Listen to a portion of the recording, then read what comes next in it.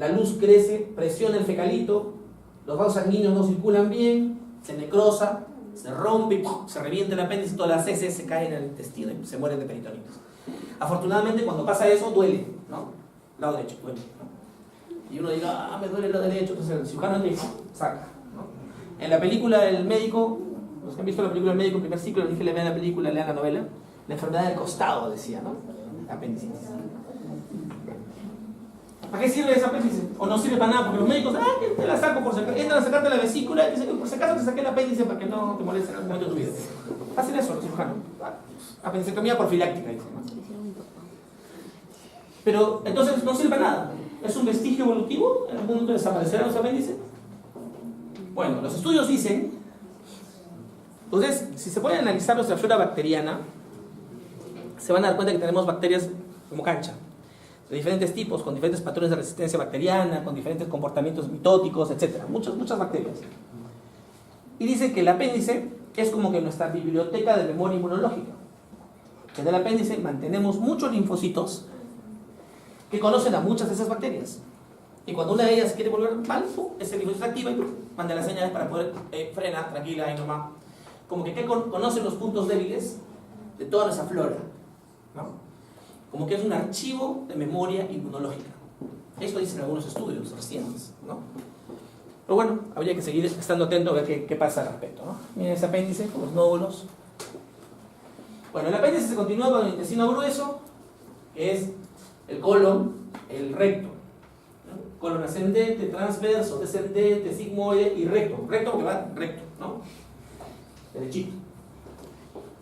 Tiene las mismas partes que ya conocemos.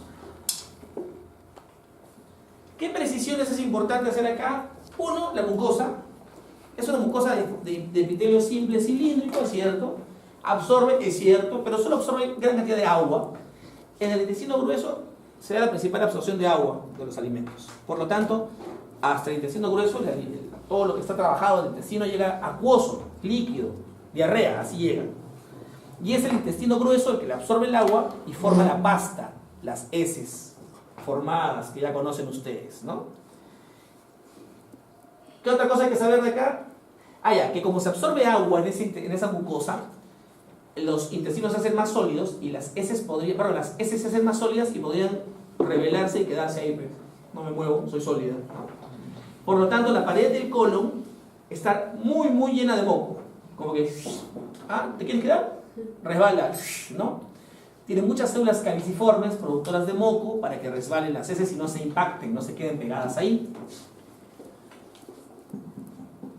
La capa muscular tiene una peculiaridad. Se mantiene la capa circular interna, ¿no? Pero la capa longitudinal externa desaparece para formarse en 3 conglomerados, 3 cordones nada más, que se conocen como tenias cónicas. O sea, solo hay 3 líneas de músculo longitudinal externo, ¿no? Que se conocen como tenias cónicas. Después es serosa. Miren, esta es una tenia, por ejemplo. Cuando uno toca, cuando el cirujano hace un corte chiquito para encontrar el apéndice y no lo encuentra, agarra colon y toca la tenia y la sigue. Al final de la tenia siempre encuentra al apéndice, ¿no? Acá está el apéndice. Esta es la tenia, agarro la tenia, la sigo. Y llego al apéndice. Entonces así se ve el apéndice. Miren. Epitelio, pura célula caliciforme, ¿no? Puro moco. Enterocitos que absorben agua y caliciformes. Miren. Un montón de células productoras de moco. Finalmente, el recto es igual que el intestino grueso y el ano.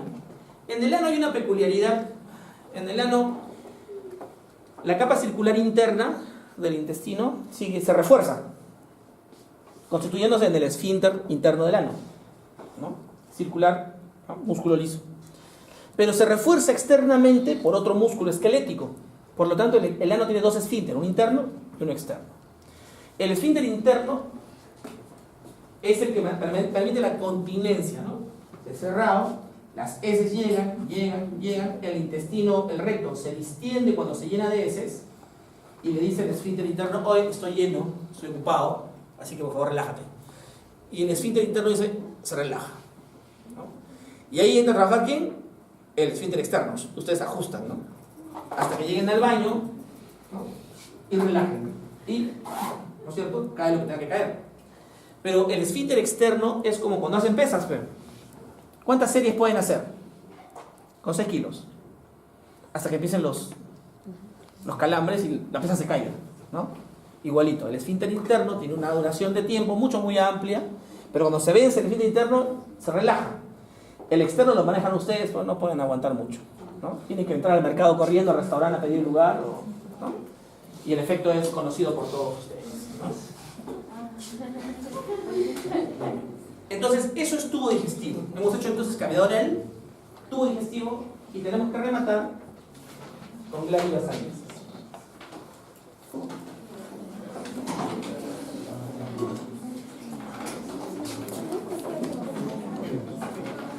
Ya saben lo que es una glándula.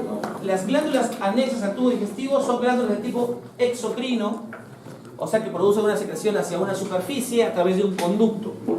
Y son 3 grupos de glándulas: las salivales, el hígado y el páncreas.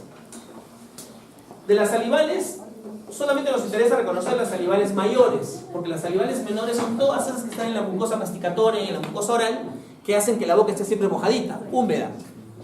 Pero las mayores, que son 3, la parótida, la submandibular y la sublingual, son las mayores, producen saliva en cantidades mayores para cuando uno está comiendo, ¿no? Cuando uno come, métase a la boca una cuchara sopera de cancha, salada. Si no hubiera glándulas salivales mayores, se mueren ahogados, ¿no? En cambio, las glándulas al toque mandan el chorro de saliva y se hace una masa, una pasta, para poder deglutirla, ¿no? Eso lo hacen las glándulas salivales mayores. Esto que voy a decir ustedes lo conocen, ¿eh? Las mayores son exocrinas, túbulo-acinales, compuestas y merocrinas. Ya no tengo que decir qué significa cada una de esas cosas porque lo conocen muy bien de histología general. Ya saben, son así: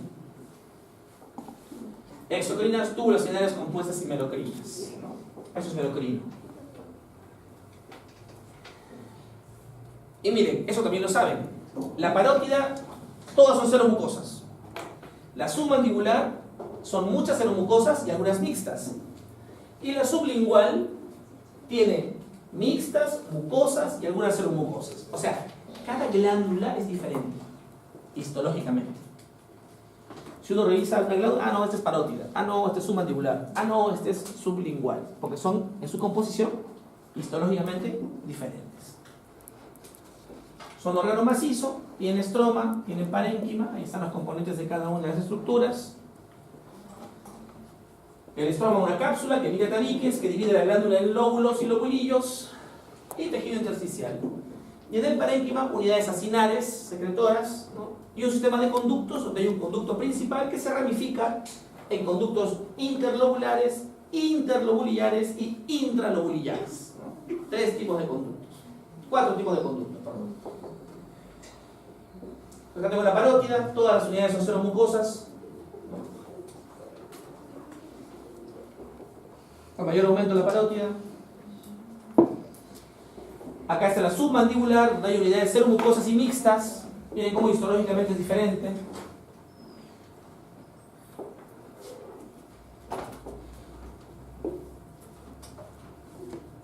La sublingual, donde hay unidades mixtas y mucosas. Sublingual. La saliva, ¿no? Más o menos 1 litro al día. Si comen más cancha, más saliva. Casi toda la saliva es agua. Pero en el agua encontramos calcio, potasio, algo de sodio y fósforo. Hay una glucoproteína que le da densidad a la saliva, la hace un poco más densa. Encontramos enzimas que comienzan la digestión, sobre todo de los carbohidratos. Encontramos inmunoglobulina A secretora, que es la inmunoglobulina más abundante, pero no en plasma, en las secreciones. En plasma es la G, ¿no? Lo pregunta de examen. Y además encontramos lactoferrina y lisozima, que son sustancias químicas que están dentro de los lisosomas y que dan cierta defensa o protección. ¿Qué hacen las glándulas salivales? Ya saben, humedecen la boca y humedecen o hidratan los alimentos, inician la digestión, sobre todo de carbohidratos, nos defienden, básicamente. Son las funciones que cumplen las glándulas salivales. La saliva. Segunda glándula, el páncreas. El páncreas es una glándula acinar, compuesta, merocrina, pero además es mixta, porque tiene un componente exocrino y un componente endocrino.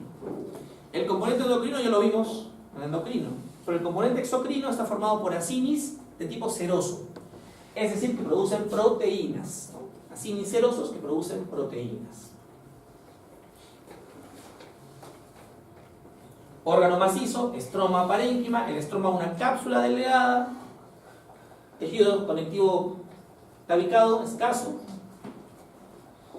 parénquima, acines serosos, islotes de Langerhans, que son los endocrinos, y conductos. Aquí es importante entender que los conductos tienen un sistema especial de seguridad. Miren, el páncreas es un órgano que produce enzimas que degradan todo. Proteínas, ácidos nucleicos, grasas. Y nosotros estamos hechos de proteínas, ácidos nucleicos, grasas. Por lo tanto, el páncreas nos puede destruir a nosotros mismos. Por lo tanto, el páncreas produce las enzimas de una manera inactiva, como proenzimas. Y esa inactividad se mantiene gracias a la estabilidad de sus conductos. Los conductos pancreáticos producen sustancias químicas que hacen que la enzima se mantenga inactiva. Básicamente bicarbonato, que hace que el pH del conducto sea un pH básico. Pero el jugo gástrico, ¿qué pH tiene? Ácido. Cuando el estómago se vacía, el vaciamiento gástrico hacia el duodeno, llega el chorro de jugo pancreático para disolver las moléculas que vienen en el jugo gástrico. Esa acidez del estómago activa las enzimas pancreáticas recién en la luz del duodeno para que se produzca la degradación. Si el jugo gástrico se mete a los conductos pancreáticos y las activa dentro del páncreas, caos. El páncreas se come a sí mismo. Eso se llama pancreatitis. ¿Ah? Está nuestro amigo páncreas. Todo lo rojito es páncreas exocrino. Estas manchas pálidas son los islotes de Langerhans del páncreas endocrino. Si uno ve mayor aumento, los páncreas exocrinos, se va a dar cuenta que hay gran cantidad de vesículas de secreción que producen las enzimas pancreáticas en forma inactiva, como una proenzima. ¿Ves? Secreción acuosa alcalina, rica en bicarbonato. Ya saben para qué. ¿Qué enzimas produce? Ahí está. ¿Y para qué sirve cada enzima? ¿No? O sea, puede destruir todo. Colesterol, ARN, ADN, elastasa, carboxipeptidasa, fosfolípidos, lípidos, tripsina, o sea, proteínas, ¿no? Tripsina, quetotripsina, elastasas. Terrible el páncreas. Y finalmente, el órgano, la glándula más grande, ¿no? Que es el hígado, un kilo, acá abajo del hipocondrio derecho, protegido por las últimas costillas, de color rojo vinoso, rico frito con vinagre, ¿no?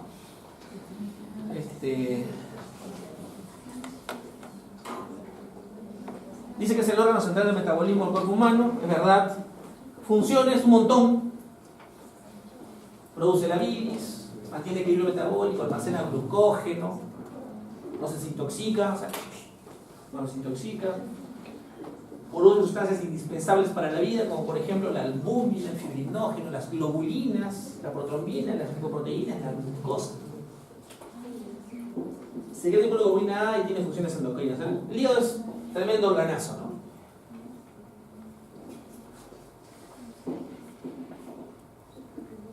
Estroma y parénquima. El estrómago, una cápsula de tejido conectivo denso que no emite tabiques, uno puede pelar el hígado. El árbol portal, que es el tejido conectivo que sigue la vena porta, y un estroma intersticial. Y en el parénquima encontramos los hepatocitos, que son las células hepáticas, y los conductos biliares. Miren, el hígado es una fábrica. Por lo tanto, una fábrica funciona con materia prima, con trabajadores y emite productos. Así es una fábrica. Igualito es el hígado. Al hígado le llega la materia prima a través de los aferentes hepáticos. O sea, la materia prima llega al hígado por medio de dos aferentes hepáticos. Doble irrigación. Una es la vena porta y otra es la arteria hepática. La vena porta es la conjunción de las venas que vienen del tubo digestivo, donde se ha absorbido todo lo que vino de la digestión. Se lo llevan al hígado. Ahí están pues los aminoácidos, los carbohidratos en forma de monosacáridos, todo eso llega por la vena porta. La vena porta es un venón que entra al hígado por debajo, y una vez que entra al hígado por debajo empieza a ramificarse mucho. Forma un árbol que se llama árbol portal, ¿no? El tronco es la vena porta, luego se ramifica, y si uno toma una foto es como un árbol. Mientras se ramifica, el tejido conjuntivo lo acompaña a la vena porta, ¿no? ¿Quién más llega con materia prima al hígado? La arteria hepática. ¿Qué lleva la arteria hepática? Oxígeno, ¿no? Llega sangre oxigenada para que el hígado cumpla con su función. Entonces la materia prima llega con los aferentes, que son la vena porta y la arteria hepática. Luego los operarios, que son los hepatocitos, tienen que interactuar con esa materia prima. ¿Cómo lo hacen? A través de una microcirculación. ¿Y qué es esa microcirculación? No es otra cosa que una estructura histológica que se conoce como sinusoides hepáticos. La vena porta y la arteria hepática llegan y en un momento se mezcla la sangre venosa y la sangre arterial, se juntan. Y llegan a juntarse en el sinusoide. Y el sinusoide es la sangre que se le muestra al operario. ¿Quién es el operario? El hepatocito. Y el hepatocito dice, dame para acá, para mi glucosa, para formar glucógeno, para formar proteínas, para formar inmunoglobulinas, ¿no? Fabrica, empieza a interactuar. Y la sangre viene siendo procesada y genera desechos. Esos desechos tienen que salir del hígado y lo hacen a través de los eferentes hepáticos, que son también importantes, ¿no? Los eferentes son la vena hepática, así como entra una arteria hepática, tiene que salir una vena hepática, y la bilis, a través de los conductos biliares. Si entendemos el hígado así como una fábrica, materia prima que entra, que se procesa y que salen desechos y productos, vamos a entender la histología del hígado, que es así. Miren, hacia abajo entra la arteria hepática, la rojita, y la vena porta. Llegan juntas, se dividen en el árbol portal, y se dividen tanto que en estas estructuras, en estos rinconcitos, la vena porta con la arteria hepática se juntan y vierten junta su sangre hacia los hepatocitos. Acá llega, por ejemplo, una ramita de la vena porta y una ramita de la arteria hepática. Una ramita de la vena porta, una ramita de la arteria hepática. Y delimitan una estructura que se llama lobulillo hepático. Aquí se mezclan las dos sangres y chorrean así, en este sentido, hacia el centro, como los rayos de una bicicleta. La sangre mezclada interactúa con estas células en cordones, que son los hepatocitos. Ellos manejan la sangre, manejan las sustancias químicas, rescatan lo que sirve, transforman, etc. Y la sangre que ya no tiene productos o que tiene desechos es recolectada en el centro del lobulillo, en una vena que se llama vena centro-lobulillar, que va a formar la vena hepática que sale del hígado con desechos. Esa es la secuencia de mano de obra del hígado. La circulación entonces de la sangre que llega es así, de la periferia al centro. Paralelamente, el hepatocito produce una sustancia que se llama bilis. La bilis sale desde el centro para afuera. Esa amarilla es la bilis y es recogida en un conductillo hepático o conductillo biliar. Entonces, yo en cada rinconcito de un lobulillo encuentro tres estructuras: una rama de la vena porta, una rama de la arteria hepática y un conductillo biliar. Ese espacio donde encuentro esas tres cosas se llama espacio porta, y cada espacio porta delimita un lobulillo hepático. Y en el centro del lobulillo hepático encuentro una vena centro-lobulillar, que es donde se recolectan los desechos o la sangre venosa tras el proceso. ¿Se entiende la estructura del...? Chévere.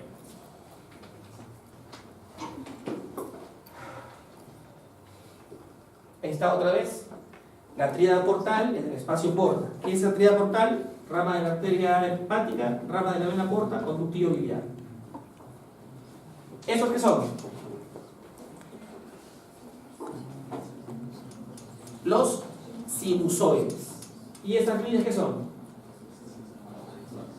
Los hepatocitos. Otra vez, una rama de la vena porta, una rama de la arteria hepática y un conductillo biliar, un espacio porta con la tríada. Estos cordones son de hepatocitos y estos de acá son los sinusoides. Y miren ustedes qué fino se ve acá. Estos son conductillos biliares, ¿no?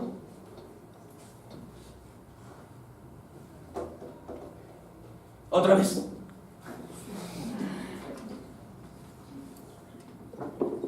Ya no voy a decir nada, la imagen habla por sí misma, ¿no? Miren, en el sinusoide la sangre pasa, es supervisada por unas células grandes, unos macrófagos, que son el sistema mononuclear fagocítico, que se llaman células de Kupffer. Las células de Kupffer son fagocitos, si encuentran algo extraño, se lo comen, ¿no? Son de defensa. Y luego la sangre interactúa con el hepatocito que está acá. Entre la sinusoide y el hepatocito hay un espacio de trabajo. Ese espacio se llama espacio de Disse, D-I-S-S-E, espacio de Disse.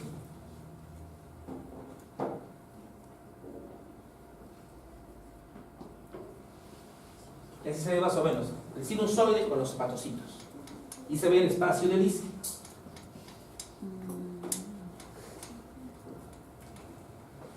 Otra vez, el espacio de Disse. A este sinusoide, los hepatocitos y el espacio de Disse.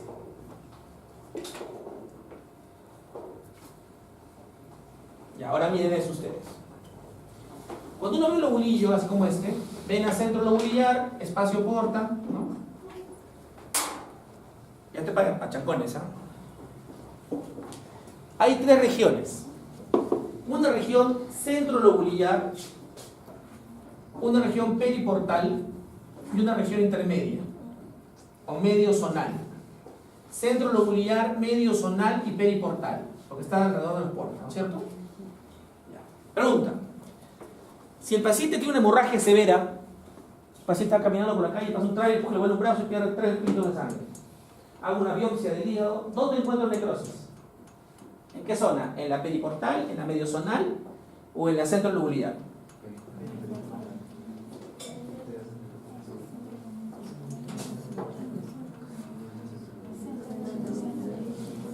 Renuncio. A ver, si ustedes están regando el jardín con alta presión de agua, riegan al centro, riegan acá y riegan acá. Pero si yo les rompo la tubería de agua y mi presión de sangre o de agua cae, ¿a dónde va a llegar el chorro? ¿Llegará allá lejos? No. ¿Al centro? No, solo llega acá. Ya, eso pasa cuando hay una hemorragia severa. La hemorragia severa altera la presión de la arteria, por lo tanto el chorro de sangre disminuye. ¿Dónde voy a poder mojar? La periportal.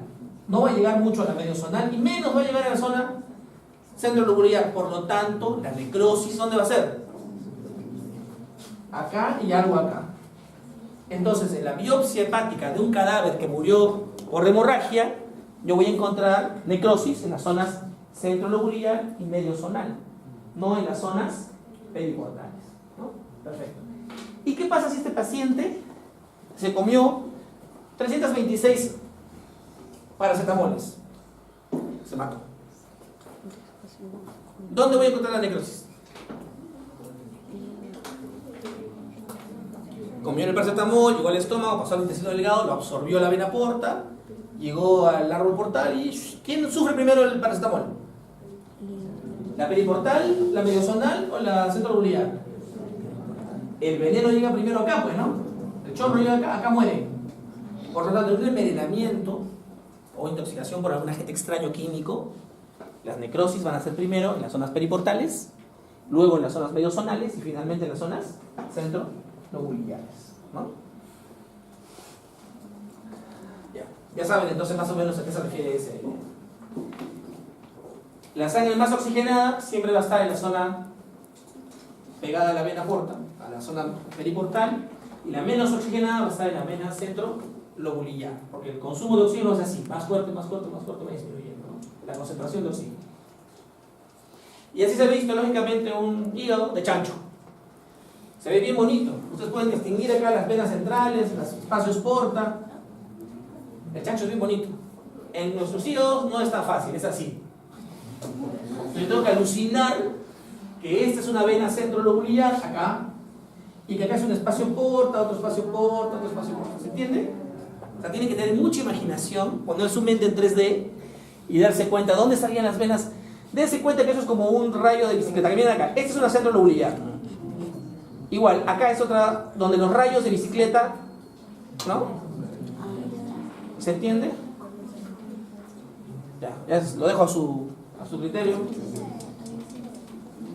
Hay una subespecialidad digestiva, el gastroenterólogo tiene toda una subespecialidad que es hepatología, ¿no? Hay un registro de hepatólogos, solamente hacen hígado, ¿no? Médicamente, ¿no? Aparte de la cirugía de hígado, que es otra especialidad dentro de la cirugía de abdomen, ¿no? Y acá viene, qué chévere se ve el espacio, ¿no? El espacio porta. A mayor aumento viene el espacio porta. Esta de acá, ese hueco grande, es la vena. Esta es la arteria. Y este es el conductillo biliar, ¿no? Miren los epitelios nomás.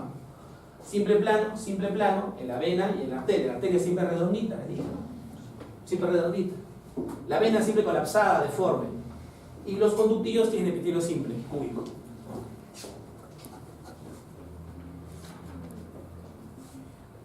El hepatocito, el operario de la fábrica, tiene esas características. Están en cordones, forma el parénquima, tiene 3 límites, un núcleo central, a veces es binucleado, vive 150 días, salvo que lo maten ustedes antes, ¿no? ¿Cómo lo matan? Euro, ¿no? Es una buena forma de matar hepatocitos. No los estoy matando, los estoy renovando. Sí, claro, ¿no? Acto retículo neumático rugoso, anastomosis. Pregunta, a ver. Hablemos un poco de fisiología de la borrachera. ¿El alcohol qué hace con el cuerpo humano? ¿Qué es el alcohol? ¿Es un estimulante o es un depresor? El sistema nervioso. ¿Ah? Pero me estimula. Lo que hace el alcohol es un gran depresor del sistema nervioso. Así, claro. Cuando uno toma alcohol, uno deprime. ¿Qué deprime? Los controles neuronales que nos hacen ser decentes. Claro. Cuando uno está en sobriedad, uno se mantiene controlado. No debo orinar en la calle, ¿no? No debo comer con la mano, no debo hablar fuerte, no debo agarrar la nalga a la niña. Uno se mantiene controlado. Pero cuando uno toma alcohol, uno, quiero orinar, orinas, ¿no? Quiero bailar, bailas, ¿no? Uno quiere, gritas, ¿no? Si antes eras tímido, has inhibido tu timidez y sale el otro yo, ¿no? Es como Jekyll en la novela, ¿no? Mr. Jack, ¿no? Es así, el alcohol hace ese efecto. Pero cuando uno ya se excede del alcohol, ¿no? Empiezas a deprimir todo, pues. Entonces, ¿qué haces? Te duermes, ¿no? Ya ustedes se conocen, están mirándose, ¿no? Ya. Pero ¿quién se encarga de que el alcohol desaparezca? El alcohol se metabolice en sus sustancias de degradación. El hígado. El hígado dice, bacán, yo puedo, estás tomando, voy deshaciendo, estás tomando, voy deshaciendo. Pero a veces tomas y no me da el ritmo para deshacer. Entonces el alcohol nos intoxica, ¿no? Pero para que el hígado pueda metabolizar el alcohol, usa enzimas lisosomales. Lisosomas tiene enzimas que degradan el alcohol. Entonces el hígado dice, a ver, estás tomando, estás degradando, estás tomando, estoy degradando. Me dice, me va a faltar enzimas para degradar. Y se aparece un fenómeno que se llama inducción enzimática. Entonces el hígado empieza a fabricar más enzimas y se estoquea de enzimas. Entonces tú empiezas a tomar y lo elimina, empiezas a tomar, elimina y te duermes tú, ¿no? Tu borrachera. Entonces el día siguiente te levantas con resaca, ¿no? Porque estás tóxico, porque tienes los metabolitos del alcohol circulando que son tóxicos, pues, ¿no? Y no hay ese condenado que te llama y te dice, oye, somos corte, ¿no? ¿Me escuchamos? Somos corte. ¿Y qué haces en el corte? Más chela, ¿no? O más alcohol, ¿no? Entonces te levantas con la resaca, pero dices, y tomas tu segundo vaso de chela y empiezas a tomar, y estás el segundo día tomando y no te emborrachas. Comienzas 9 de la mañana, 10 de la mañana y son 5 de la tarde y estás paradazo. ¿Les ha pasado? Ahí me han contado que se hacía. ¿Y por qué pasa eso? Porque el hígado, como el primer día fue tan estimulado, para degradar alcohol que el segundo día se estoqueó de enzimas. Entonces el segundo día tú tomas y como tienes un stock alto de enzimas para degradar alcohol, chévere, ¿no? Degrada nomás, segundo día, tercer día, hasta que el cuerpo no da más y ya caldo de pollo y descansar, ¿no? El hepatocito es bien noble. Ahí está nuestro hepatocito. Lean sobre superficies de la membrana del hepatocito. Tiene 3 superficies, una con el conductivo biliar, otra interhepatocítica y otra con el sinusoide. A veces son binucleados. Acá lo que hemos hecho es hemos inyectado tinta china y las células de Kupffer se han comido la tinta china y se ven manchas negras de células de Kupffer, ¿no? Grandotas. Es una vena centrolobular. Eso negro es tinta china para probar el funcionamiento de las células de Kupffer. Ahí están las células de Kupffer, miren. Esta de acá. Muy bien. Ahora, el alcohol produce efectos en el hígado, sí, produce efectos en el hígado, bueno que lo sepan. Lo inflama, ¿no? Al inflamarlo produce depósitos grasos, que se llaman hígado graso, que son totalmente reversibles. A los 3 o 4 meses después de dejar de tomar alcohol, el hígado vuelve a su contextura normal. Pero ¿qué pasa cuando uno tiene el hígado graso y sigue tomando alcohol? Puede que no pase nada, chévere, pero puede que el hígado se inflame. Y cuando el hígado se inflama, cicatriza. Y cuando el hígado cicatriza, cicatriza de manera desordenada. Aparece tejido fibroso en el hígado. Y cuando aparece tejido fibroso de manera desordenada, obstruye la arquitectura tan bonita de lobulillos que hemos visto del hígado. Por lo tanto, el hígado se hace inservible. La bilis no circula bien, se mete a la sangre, se pone amarillo, la circulación quiere entrar la sangre de la vena porta, no puede entrar, se regresa, aparece hipertensión portal. Eso se llama cirrosis hepática. Hemos cerrado todas las rutas para que el hígado cumpla con su trabajo, porque lo hemos inflamado de manera repetida por culpa del alcohol. Básicamente, la hepatitis también produce eso en menor proporción, la mayor causa es el alcohol. Y el paciente se muere, salvo que le hagamos un trasplante de hígado. Bien quiero dar un hígado nuevo a un borracho. Mejor dárselo a un paciente que tuvo hepatitis, ¿no? La bilis sale y es recolectada por el sistema biliar, almacenada en un órgano sacular que se llama vesícula biliar, que es un órgano hueco, que tiene como principal función almacenar la bilis y quitarle el agua, concentrarla, básicamente. Así se ve la pared de la vesícula biliar, a mayor aumento la mucosa, epitelio simple que absorbe agua. Listo.